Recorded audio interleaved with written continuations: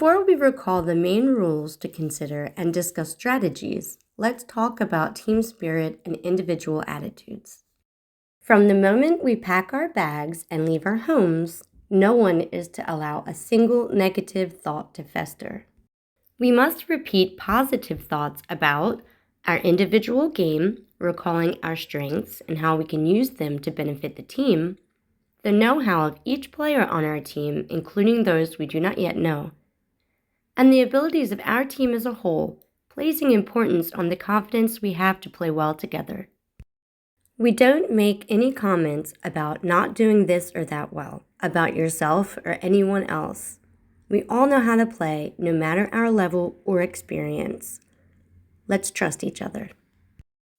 We do not care about the experience of the teams in front of us, so we will not talk about our opponents and their gameplay before our match. The Marseille team spirit includes a few important points.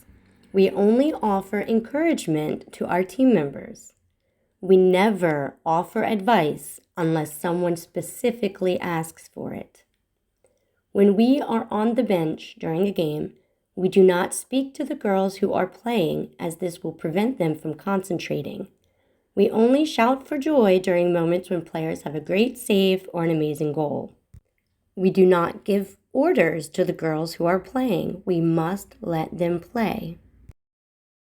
While playing, we do not point fingers at our teammates when they make a mistake or make a different choice of action than we would have.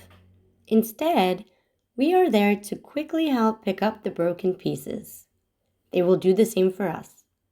Everyone makes mistakes.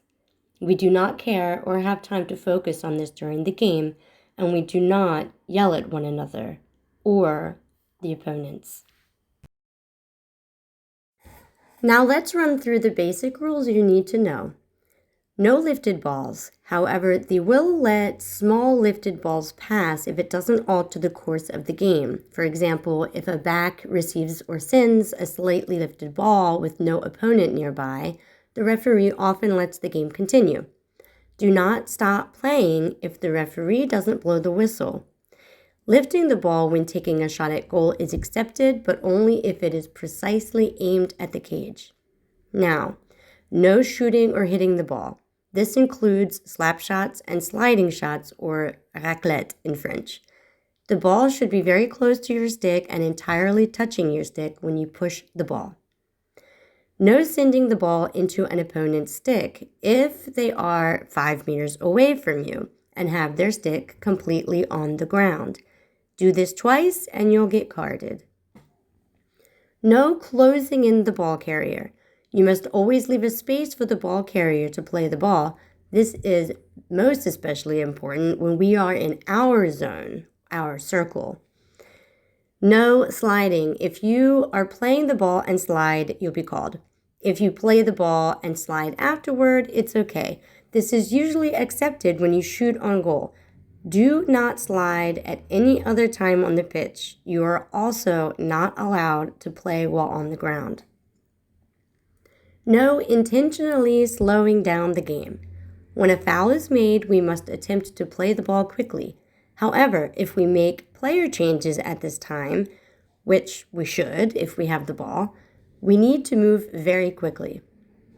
Now, no running in front of an opponent to prevent them from playing the ball.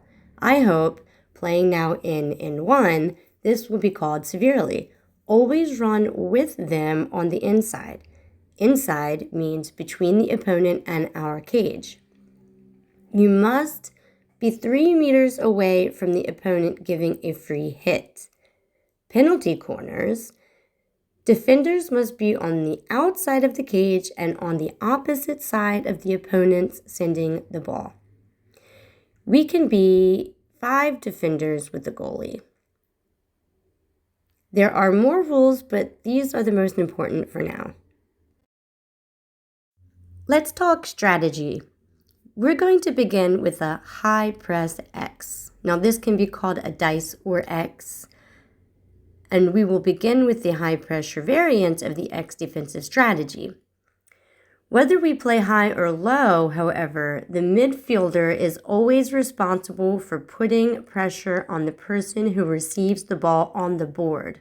At this time, the front player on the same side of the ball comes down to assist the midfielder in a 2-on-1 attack. Until this takes place, the midfielder must block the pathway from the offending back player with the ball, an hour gauge. You can see in the high press X, the front player facing the ball puts pressure on the opposing back player. At the same time, our other front player steps back toward the midline to encourage a pass and be ready to do a 2-on-1 with the midfielder. Our ball side back player should be deeper to anticipate a board hit and cover the space between her front and midfielder. The opposite ball back player should step up and close the space between her front and midfielder.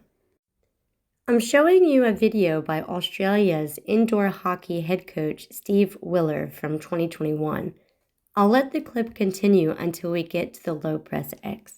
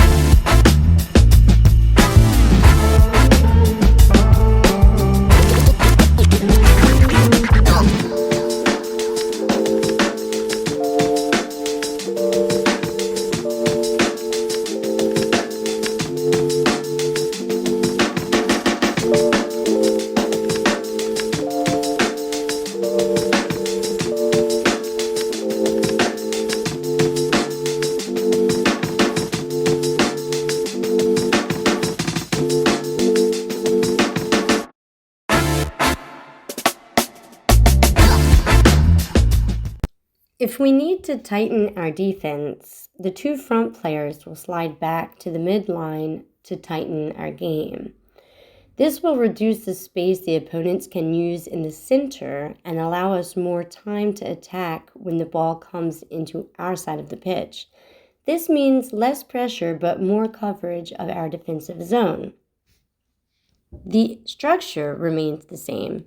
The distance is the only thing that's modified.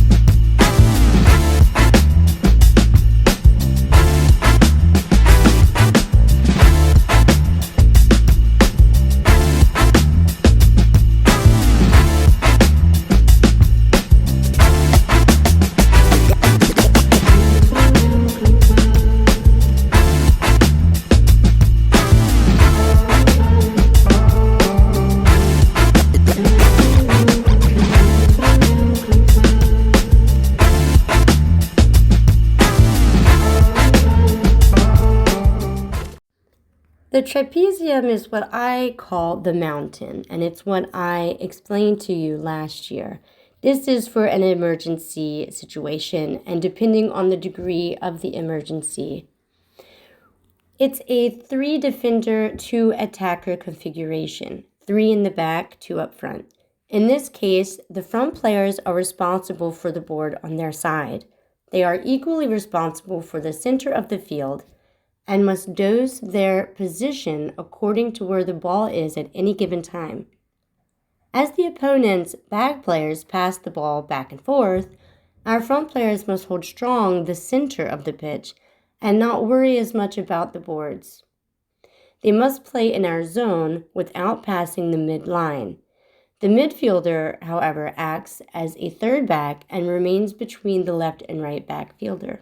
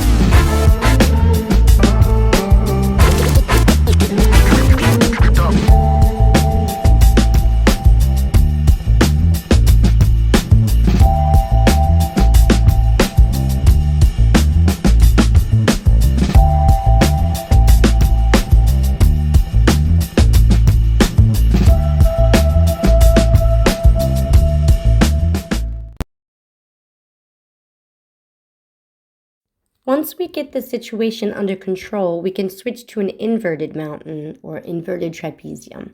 The midfielder will be the one to decide when and if we do this. The only difference is the midfielder will move up to be on the same line as the front players, and we're in a 2-3 configuration. The front players retain the responsibility of covering the board when necessary.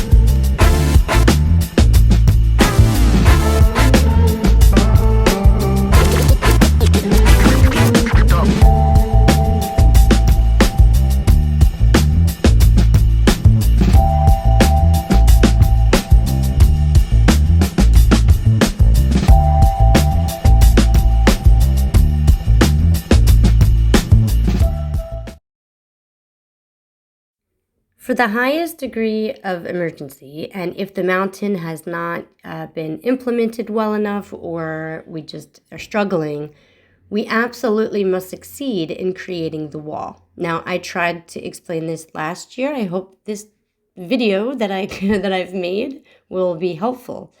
The midfielder and 2 front players control the center of the pitch on the same line in between the midline and the top of our circle. This goes back and forth in accordance with the ball, but always remains center focused. It means they do not concentrate on the boards. They only concentrate on the center of the pitch. The backs are the ones who will control the boards. Whichever side the ball is, the back player on that side of the pitch must step up to block the space between her front player and the board. The back player on the opposite side will slide back a bit to anticipate a board pass from the opponent to the front player hiding in the corner of our zone. If we succeed this and get the game under control, we can send one of our frontliners to add pressure onto the opponent's back player who has the ball. But that will depend. We're going to discuss offense in the next video. If we're lucky, the video will include an interview with the head coach of France's Masters over 40 women's indoor team who won the World Championship earlier this year.